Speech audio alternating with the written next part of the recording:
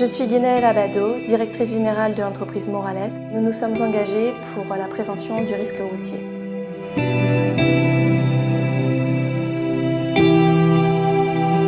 Entreprise de plâtre, de plaques et d'isolation. Elle est installée donc depuis 1982 dans le Comminges et plus précisément donc à Ancos-les-Thermes. On a actuellement une dizaine de salariés et on est à 7 fourgons plus un camion benne qui sont utilisés tous les jours.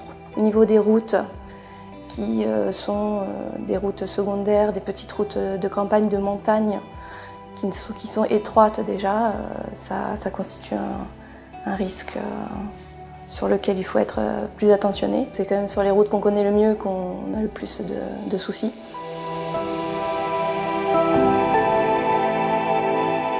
Il y a eu de la sensibilisation vis-à-vis du risque routier depuis de nombreuses années dans l'entreprise.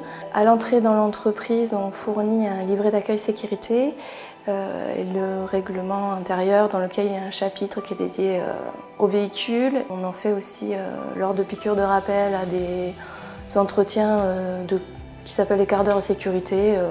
Tous les mois ou tous les 2 mois. Il faut leur rappeler le code de la route, qu'il faut respecter les limitations de vitesse, porter sa ceinture de sécurité, qu'on ne fume pas dans les véhicules, qu'on ne téléphone pas au volant, ce genre de choses.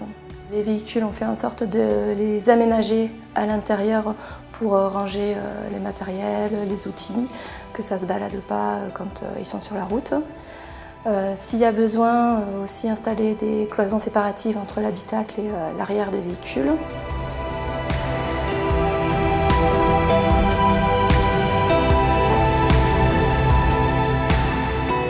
C'est une question de volonté et d'accorder du temps pour cette question, parce qu'en tant qu'entreprise artisanale, c'est au chef d'entreprise qu'incombe cette tâche, tandis que dans une entreprise, une grande entreprise, il y a une personne qui va être dédiée à rien qu'à ce poste. Alors que nous, c'est une tâche en plus de notre travail habituel, j'ai envie de dire. À chaque entreprise, de prendre 5 minutes pour se poser et de discuter de cette question de sécurité routière pour chacun d'entre nous. Si on veut vraiment, on peut toujours trouver 5 minutes pour la question.